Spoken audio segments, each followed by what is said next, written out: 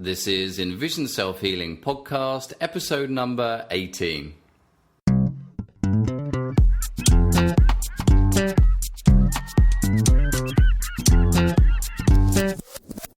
Hi, I'm Will Fuller. And I'm Richard Miller. And we are the co-creators of EnvisionSelfHealing.com and are dedicated in helping you improve your eyesight and quality of life by taking healing into your own hands. The topic of the week this week is getting your vision improvement program back on track. And in the second half of the podcast, we're going to be answering a question from a YouTube viewer who asks us, why is my vision so much clearer in bright sunlight? So, Richard, now that we've landed safely back in San Francisco, how is the world of self-healing treating you? Well, I'm a bit tired, and I did pick up a cold on the plane, so I'll do my bitching first. But start off on a high note, I think, for everyone. Oh, man. We had 20... I'm calculating it's 28 hours of traveling, maybe 28, 30 hours, right? Of traveling. Because we left Rio, had to fly to Sao Paulo, and Houston, San Francisco, with 4-hour gaps in between each flight. But what it did mean is that it gave us plenty of time to discuss and come up with some new and exciting products and information for the rest of our viewers to take in over the next few weeks and months. So we're pretty excited about that. Yeah, we never let an hour go by that we don't talk about vision improvement, it seems like, when we're together anyway. Yeah, well, it's working, so it's worth doing. Yeah, and then we spent the last week of our week in Brazil with Melissa Moody, who's a friend of ours and a peer of ours in self-healing. We spent some time we went dancing with her twice. Yeah. And we were in Rio. In Rio. I think our last podcast was in Rio, I think. It was in Rio. Was it in Rio? Okay. So we at the very beginning, and we spent a week there after that, and I think probably we talked about the paragliding, and it was amazing with all the sunshine and what have you. But what everybody doesn't know is the preceding 4 or 5 days was just rain afterwards. Right. We did the second day after the day after the paragliding. We did get to go up and look at the Jesus statue on the hill. And the view from there is spectacular. Mm-hmm. And also a view from what's called Sugarloaf, which is a lower hill, but with an equally spectacular view of Ipanema Beach and Copacabana Beach. And so we did a lot of distance looking on that second day. Yeah. There was a lot of distance looking from the paragliding, too. You're looking out at the mountains and the ocean as you swirl around the sky. And we also noticed it was also a bit of a swinging exercise as the world was moving. Spinning in the opposite direction. So, that worked too. And we spent a lot of time, when it started raining, we then spent a lot of time indoors discussing vision improvement as well as eating delicious Brazilian food. Oh, yeah. Definitely definitely not shy of a few kilos of meat and food after being eaten in Brazil. Highlights were the all-you-can-eat seafood restaurant and then the all-you-can-eat meat restaurant. Richard is a meat fiend. If anyone wants to woo Richard, then take him to an all-you-can-eat meat restaurant. Yeah.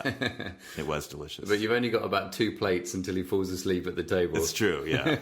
It is true. So if it's a woman trying to woo Richard, then that's not going to work so well, is it? So we spent, we sort of did the paragliding and then the views the second day, and we did some shopping and lots of eating, as I said, and a lot of discussion of vision improvement with Melissa. And it was also nice because those that know Melissa that have been to our website that we mentioned last week, the transcendingtrauma.com, she has or was run over by a truck, which obviously caused a lot of trauma and a lot of damage.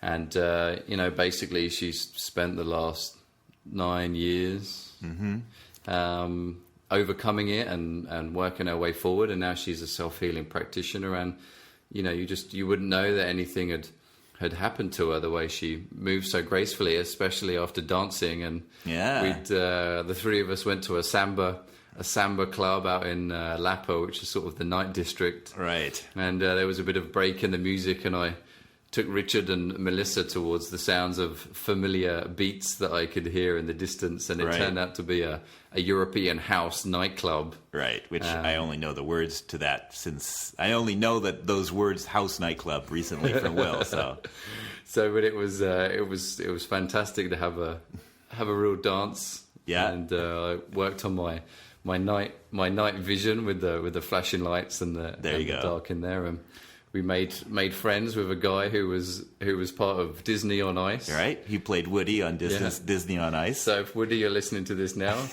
good dance move. And he did have good dance moves. He did. He showed us that a little bit. Oh, he did. But what do you expect from a wooden doll? Professional wooden doll, yes. And no, so we certainly enjoyed that, and it was also nice to get. Obviously, Melissa's been through a lot more trauma than we've been through, and she works with a lot more of that side of things. So it was really nice to hear a lot more about the emotional side of vision improvement, and how improving that can really also help improve our eyesight. Yeah, no, I think that is true. There's a lot of psychological issues that come up with vision problems, and then they come up again when you're trying to improve them, actually. So. Yeah, it's almost difficult to avoid, especially with us, because we say use what is weakest and rest what's strong. So for me, that is to work with what I see less with, which is my peripheral vision. So the more time you spend with that, if you're not dealing with the emotions, then, well, it's just upsetting because I'm being blind, I'm not seeing much in the periphery. So the same as if somebody's got one eye that is a lot, less stronger than the other eye, then to obstruct the stronger eye and to try and function with that weaker eye can be very emotional and very frustrating and upsetting, and a lot of anger and a lot of emotions coming out there. So and it's certainly one of the barriers to vision improvement because people just don't want to deal with that side of things. Right. Like, well, for you, it's the periphery, and for me, it would be like, well, going to a nightclub and being able to see far enough away to feel comfortable with what's going on, rather than that's a very good example. A lot of people find it difficult being in those social environments. Exactly. Yeah. Not knowing what's out there beyond 3 or 4 feet, something like that. Yeah. And I suppose I've just got used to it. Just bumping into people. Yeah, it's true. I just make sure I learn the word for sorry in every language around the world. Yeah, it seems to be a good way to get around that. Yep. But certainly in all, we had a fantastic time in Brazil, and I'd like to take this opportunity to thank everybody that was involved. So many people took us out for meals, and even though everyone was busy, because self-healing is just so successful and so popular in Brazil at the moment, there were some people that we weren't able to meet up with till 9-10 o'clock at night because they're seeing clients from 7 in the morning till 9 in the evening, doing vision improvement and body work. And it was certainly very exciting for us to see how successful it is in Brazil and how responsive they are to the self-healing work. It's a very friendly country in general. It seems like a very open-minded country, maybe. And I can't explain why it's so successful there, that there's no shortage of clients for people down there, and there's no shortage of trust, essentially, in the system of self-healing. Yeah, and when they see a little bit of improvement, then they're overjoyed that they've got improvement, and that's enough motivation for them to keep going and working on their eyes. I mean, the one workshop that we did, we must have been, 30 minutes into the workshop that Richard and I did, and we were also working with Melissa Moody, and we had a translator with us. We'll have to try and get hold of a copy of that for our viewers to see. But there was a lady there, and we did a bit of peripheral vision, a bit of sunning, a bit of palming, and this lady started crying, and we thought, oh no, what have we done now? Here's Will and Richard getting deported for making the Brazilian people cry. Anyway, when the translator started talking to her, and it turned out that her vision in that point in moment had improved. Right. And she was just so overwhelmed by the improvement that she started crying. Right. And we're not saying that she was blind and now she can see. It's an it's something, you're told that you can't see improvement, and when you do, it's like, wow.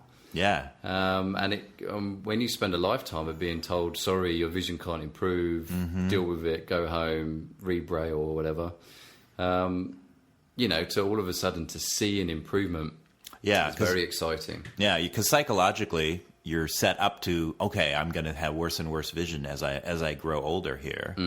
And to see it go in the other direction just completely counteracts what you've been told. Yeah, so it's a very emotional experience. And that, I mean, that's certainly different because we get a lot of sort of emails and people's comments. Is that, well, where is the proof? Right. You know, where's the data? Where's the show us, instead of, and we've mentioned this poor guy before. I hope he doesn't think that we're picking on him, but the guy that did the exercises saw improvement, but still wanted the evidence. He wanted to see it on paper. It wasn't enough to see for himself. It was he almost wanted, I don't know, intellectual. I mean, even though seeing it itself is intelligence. Yeah. But certainly, I think that might be one reason why it sits more popular down there. Mm-hmm. But it was lovely to see the community. The course we did it with was 40 to 50 other practitioners that had all been either overcome their own conditions, or they were trained occupational therapists, or physiotherapists, and they were all successfully working with natural vision improvement and the Mearschneider method to help people improve and to promote the self-healing. So certainly one thing that came across our mind that we really want to be able to get out to the public is that community. Yeah. That we experienced there. It was almost a crime that it was hidden away in the jungles of Brazil. And it was the jungles of Brazil. Nobody had access. It was, hands off, unless you were right there at that point in time. And I mean, you had to be invited in the first place, and you had to also be a qualified vision improvement instructor.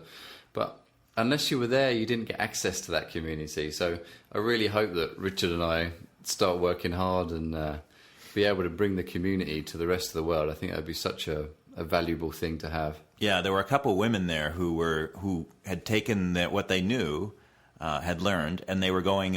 I think two of them actually went into parks in Brazil. Yeah, and would go into city parks and just teach eye exercises. And then one woman was teaching it on the beaches of Copacabana. Mm-hmm. And that it's inspired me. It's sort of like what you and I are trying to do with the website. Is get it out there somehow. It's our cyber beach. It is our cyber beach. Yeah. So the cyber Copacabana. So the only thing that happened to me more recently was I started to notice for my own improvement was this static phenomenon. Mm-hmm. I was looking at some marble in my bathroom, and I was noticing static there. Mm-hmm. And I realized that it was my left eye kicking in, coming into my visual field, and creating static that's coming from my scotoma, or my blind spot. Yeah, and those of you that, we won't go into too much detail now, but Richard and I did talk more about what the static is 2 podcasts ago, 16, podcast 16, and about that static and why we're sorting to figure it out a little bit more, isn't it? It seems to be a bit of a key to our conditions. Yeah, it's a key that in some ways when I see the static, I know my vision is better in the sense that I'm using both eyes. So. Right. So which eye has the static in it? Mainly the left. They both do, really. Mm-hmm. But the left one is a bigger field, is a bigger blind spot, so it's more noticeable. So when your right eye is dominating more, you don't see the static. Exactly. So, but when you're using both eyes more equally, then you're able to see the static. Right, because the left eye is now working and it's overlaying the static on top of the image of the right. So I see an image in front of me of the marble, like I was looking in my bathroom, and on top of that, there's sort of a snowy, staticky field on top of it. And I'm sure your landlady's listening to this, thinking I'm going to have to send a professional cleaner in to clean the static. Yeah. So that's the main sort of improvement I guess I saw this week. Yeah. And it's going to sound funny to people that you're calling that an improvement. Right. I think it's an important thing to point out that this is an improvement. Like myself, I always find when I do the non-dominant, when I obstruct my dominant eye, that my vision gets somewhat blurrier or fuzzier. And that's because of the cataracts is in my left eye, and my right eye is clearer, better vision. So when I obstruct my better eye, my weaker eye, shall we say, becomes more involved. The brain starts using it again. So that when I take off the obstruction glasses, my vision of the two eyes being used more equally. So it means that the image isn't as clear. Right. So some people would say, well, why would you want that? Why would you want that? Surely you would just want to see clearer. And don't forget, and we can't express this enough, that vision improvement isn't just about seeing the 20/20 line. It's not just about seeing better clarity, it's about bringing balance in the eyes. Right. And improving our whole visual system, and to save the vision in what is stronger as well as improve what's weaker. Yeah, it's why if a client comes to us with a very good single eye, let's say the right eye, and a left eye that's been compromised substantially, we would still really work on the left eye, whereas an eye doctor might say, just forget about that eye, just use your right eye. Just let's focus on this, what sees clear, and let's ignore what doesn't. So, but of course, the problem with that is you're then overusing that stronger eye, and eventually you're going to develop conditions with that eye, instead of what we want you to do is to save the vision in that eye, and to live the next 80, 100 years with good vision in that one eye, instead of having 5 years of good vision and then watch it deteriorate as time goes on. Because you've overused it, yeah. So, but certainly with myself, talking about static, I experienced the same phenomena again as I did when I went to Brazil.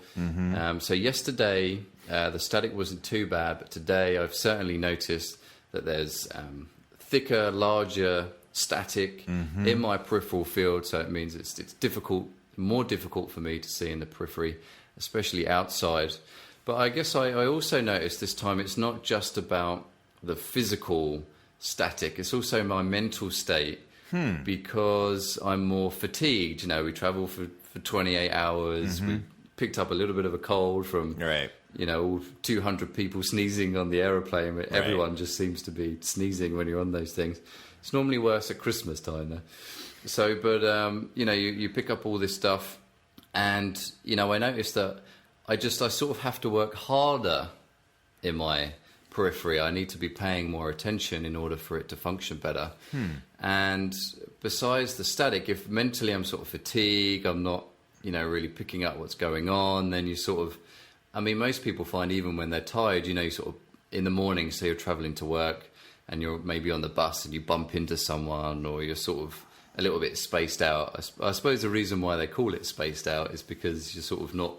You're not aware of your space. Yeah. You're not really focused. So, and maybe that's the periphery if you think about it. Yeah. Could be, yeah.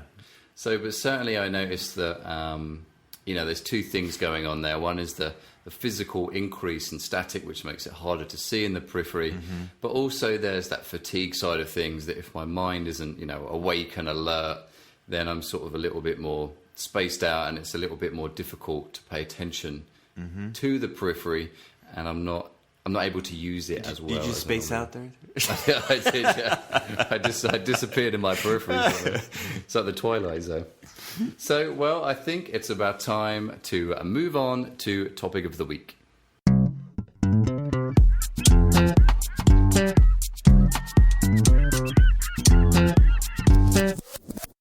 And the topic of the week this week is getting back on track on your vision improvement program.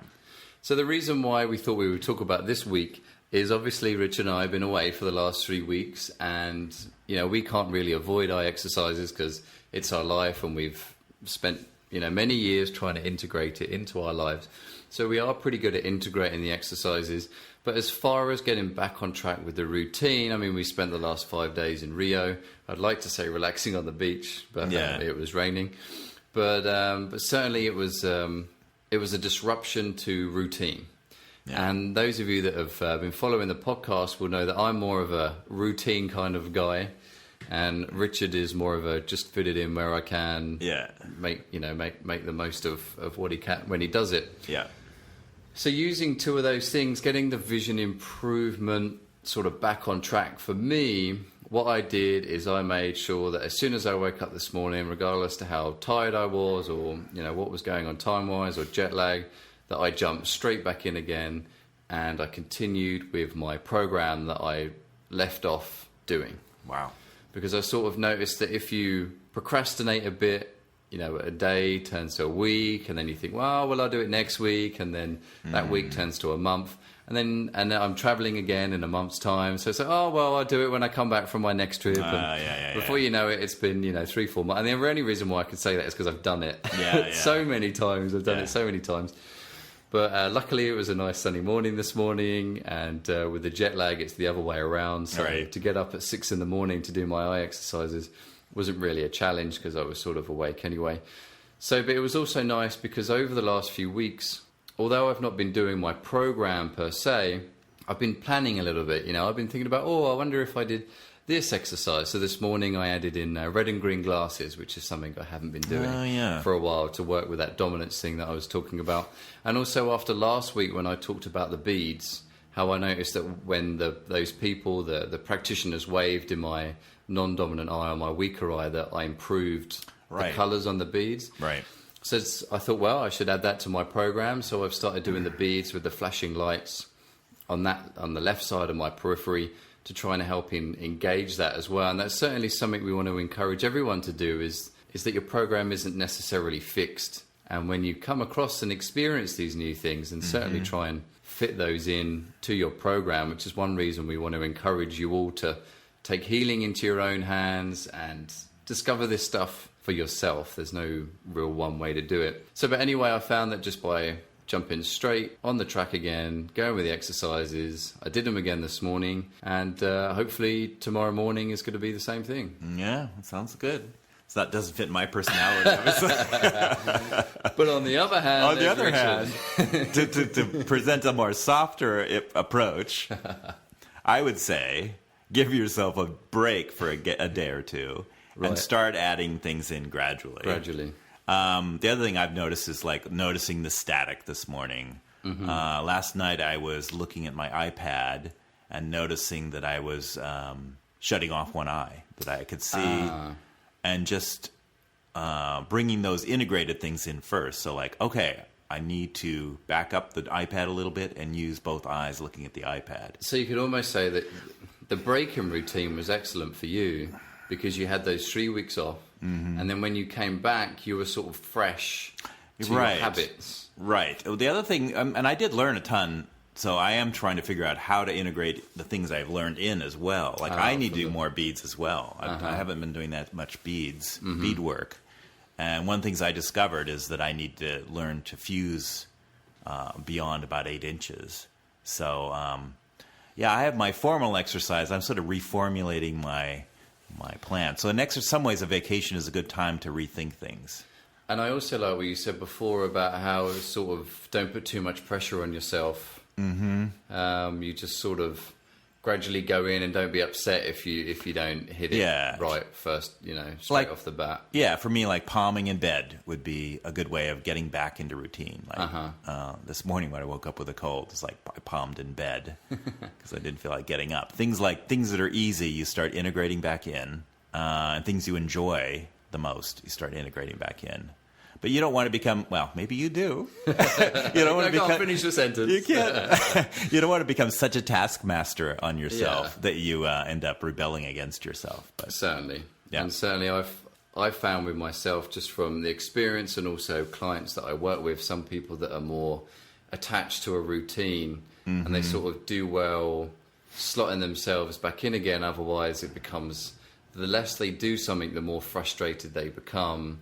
And then they become negative about the exercises and about themselves, because they just can't find that rhythm again. Right. So certainly, and it's the same with exercise, right? Or say, anytime you fall off the horse, the best thing is to jump straight back on again. So it's sort of like with exercising, and after 15 years of working in the sports industry, and obviously when I was coming through the ranks, it was all about, and it still is, how can we get people exercising in the gym? And we did so much work on, I suppose, excuses and, the psychology of it all. Of, people come back and they're, I go to the gym this week. I'll make sure I go. And then they miss it on the Monday. And, I'll definitely go Wednesday. And they miss it on definitely Friday. And they miss it. And then it sort of snowballs. And then they're sort of, we've all heard those people that go, I didn't go to the gym last week. And then a week later, you're like, did you go to the gym? Oh, no, I couldn't go to the gym because, but I'm definitely going to go next week. And then you see them the next week. Yeah. And they're like, well, I didn't go this week, but that was because of blah, blah, blah, blah, blah. Right. So certainly for some people, it can be more frustrating. So maybe you and I are kind of like, maybe you're too young for this, but the image of the angel on one shoulder and the devil on the other shoulder. You're sort of the angel on one shoulder, I'm the devil on the other. But I also think it comes down to, and Richard and I discovered this, is that obviously in the brain you have these two systems, the what and where. Oh, the what and where system, right. And your central vision is the what, meaning that you identify something, and then your peripheral vision is the where system, which is where it is in space.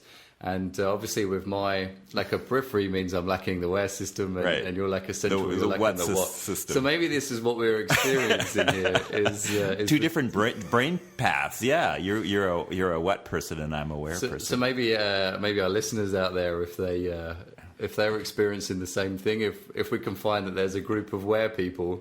That prefer doing exercises one way and a group of I like what's. this idea. Well, let's see. Okay, I can go even further with this. So where people would be about, it's about peripheral vision. All right, we got to explain this slightly. There's two tracks in the brain. I'll do this really fast. One of which comes from your periphery and goes through a different pathway in your brain called the where system, and it's sensitive to motion, and it's got night sensitivity. It's good in dim light, which is all the things that Will is not good at because of the RP. And then the what system is identifying objects and people and colors and things like that. And that's the central vision, the macula, things like that. And it's got a different pathway in the brain. So that's the what pathway and the where pathway. And we discovered that you're the what pathway and I'm the where pathway. So maybe the where pathway is all about motion and spontaneity, and we can't stand structure. Yeah. And the what people are more about being focused on. I can't even tell you what it is. Tell us. Being focused, you right? don't have it. I don't have it. Yeah.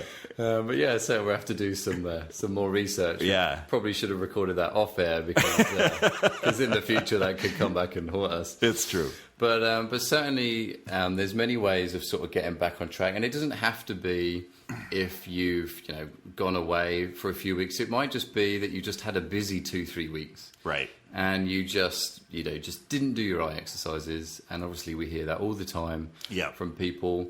And the worst thing you can do, and I really believe this, the worst thing you can do is just think, I'm not doing my eye exercises very well, so I just it's not for me to stop doing them. Yeah, and it's a process. I mean, I've been doing these eye exercises now 6-7 years. You've been doing them for like 15 years. Yeah, and certainly in the beginning, not so much more now because I'm a lot more dedicated to it.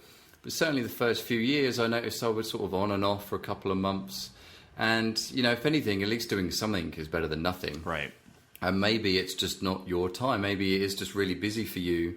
And you can do a little bit here and there. And maybe, in the next 6 months, or maybe things will quiet down. Or as you start prioritizing things, there's many factors involved. Mm-hmm. We can't just think, just jump straight in on this one and sort of, I'm going to do them or I'm not going to do them. Right. Full stop. Right. And it really is a process. And we've got our whole lives to be working on our vision. But it's certainly sad when we see people that just give up. Yeah. No, that is the worst part of it, yeah. So, but if you are noticing that, you've not really been doing your exercises for the last few weeks, then maybe just try again. Just sort of try my approach, where you sort of just jump straight back in again. Just pick a morning, just say, okay, for the next month, I'm just going to do this. I'm just going to, every morning for an hour, come rain or shine, come Rio or San Francisco, I'm just going to do my eye exercises and give it a go and see if you can pick up some results. Or you could take more of Richard's approach of just sort of...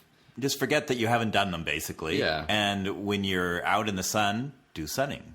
If you're out on a walk and you see distance, stop and do distance looking. And then gradually get into a routine in that sense. And not get too hung up on the fact that you're not doing what you want to be doing. We would all love to spend 4 or 5 hours a day doing eye exercises. That's the ideal world. But unfortunately... That's not the ideal world because that's not how we function in our modern day lives. But, get over the fact that you're not able to do that and just do what you can do and just sort of slowly monitor the improvements and just maybe try and tune in. Do you have less strain in your eyes or are you seeing maybe slightly clearer colors or, don't get caught up on, I'm going to see the 2015,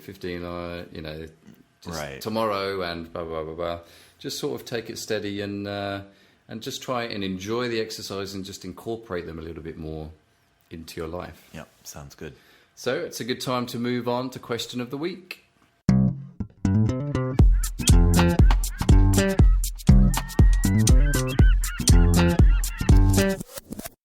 question of the week this week comes from one of our YouTube audience, and it says, "Hello and thanks for the videos, very helpful, but I have one problem since I've been doing the eye exercises.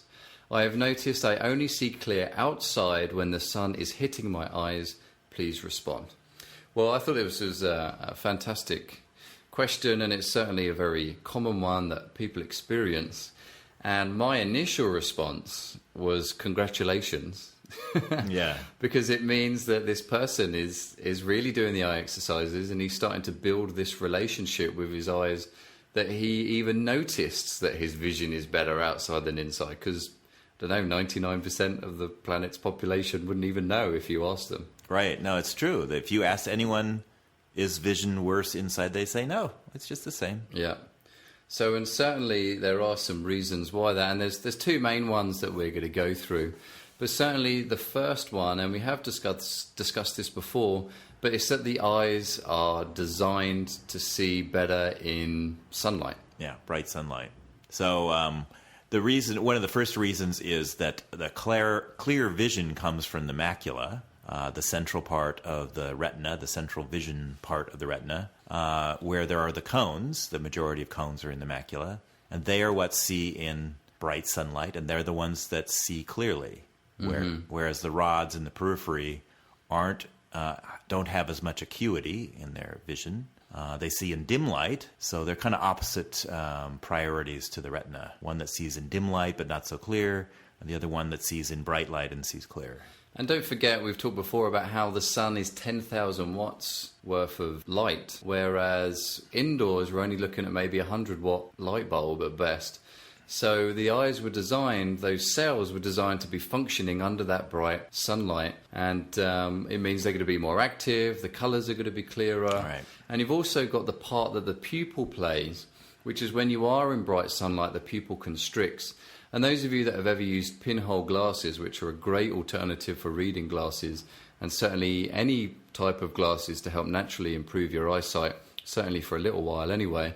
And what the pinholes do is they get the image to be projected straight onto the back of the retina, the fovea, which sees most detail, which is, of course, what accommodation is actually trying to do anyway. So it's sort of helping that process. So when the pupil is constricted, it's concentrating that image on the fovea, which is the clearer part of our vision, and allows us to see clearer.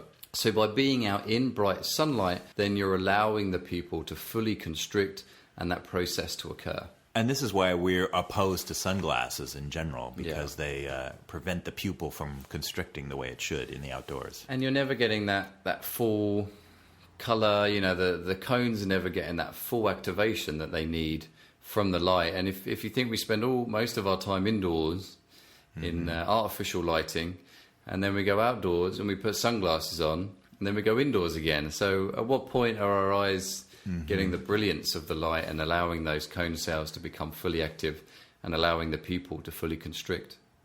So just to summarize then, as when you're outside, your pupils are constricted and your macula is active because of the bright sunlight. Your cones are more active in the retina rather than the rods in the periphery. As you move indoors, your pupils dilate.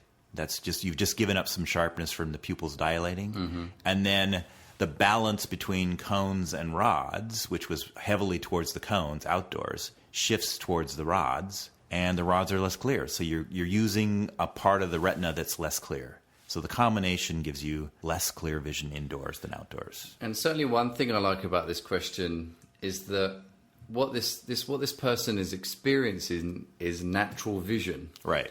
And it's just something so foreign to all of us, natural vision. If everybody knew this was the case, and notice how he structured the sentence. It's that my vision is only clear outside, right? Meaning that he has poor vision indoors, right? And it's always it's such a negative way of looking at things, but it makes sense to think that way. My vision's getting worse, right? Instead of where we say your vision's getting better.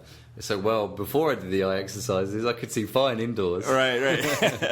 Yeah. So, but what it actually is just this natural, physiological way that the eye works, and you're really just experiencing natural vision and we just need to learn to utilize it as much as possible. And we do want to applaud this guy for actually starting to notice the way his eyes actually function anatomically. And certainly very few of us are at that stage where we can do that. So well done to you, and certainly good luck continuing with the eye exercises. We look forward to seeing what other observations that he comes up with as he goes on his vision improvement journey. Right. So we hope you've enjoyed this week's episode. As always, you can head over to our Envision Self-Healing website, and you can find your free program over there on how you can improve your eyesight. And you can also find a whole list of exercises and also a lot more of our blogs and podcasts that goes into a lot more detail on our vision improvement journey, and of course how our clients are improving their eyesight, and plenty of questions and information over there to help you get started on your journey of natural vision improvement and indeed self-healing in itself. If you liked what you heard in this podcast and you want to get a little bit more information, we've done a nice little summary for you in our free ebook, A Modern Day Guide for Improving Eyesight, and you can get a copy of that on our website. You can also find any of the resources that we've mentioned in here, or any sort of good books that we recommend. You can find them in the resources section in our website, and also a free vision improvement eye chart there, and some more details that you can pick up on to help getting you going a little bit more on what you want to do in order to improve your eyesight. You can also follow us on Twitter. Both Richard and I have Twitter accounts which we regularly update and send out information. Certainly every time we release podcasts and also blog posts, then we are the first ones to mention it there on our Twitter. And we also mention it out on our Facebook fan page. You can head over there, like the fan page, and share some of the great information we've got going on. And you can also see some pictures over there that we've got from Brazil, and also on how we're improving our own eyesight. And we just sort of keep it regularly update on how we're doing with our whole vision process. If you're listening to this on YouTube, you can also subscribe to us there. And if you're listening on iTunes, then certainly subscribe to the podcast, and you will get one of these podcasts sent to you every week when we get them released. So good luck with your eye exercises this week, and happy healing. And have a good week.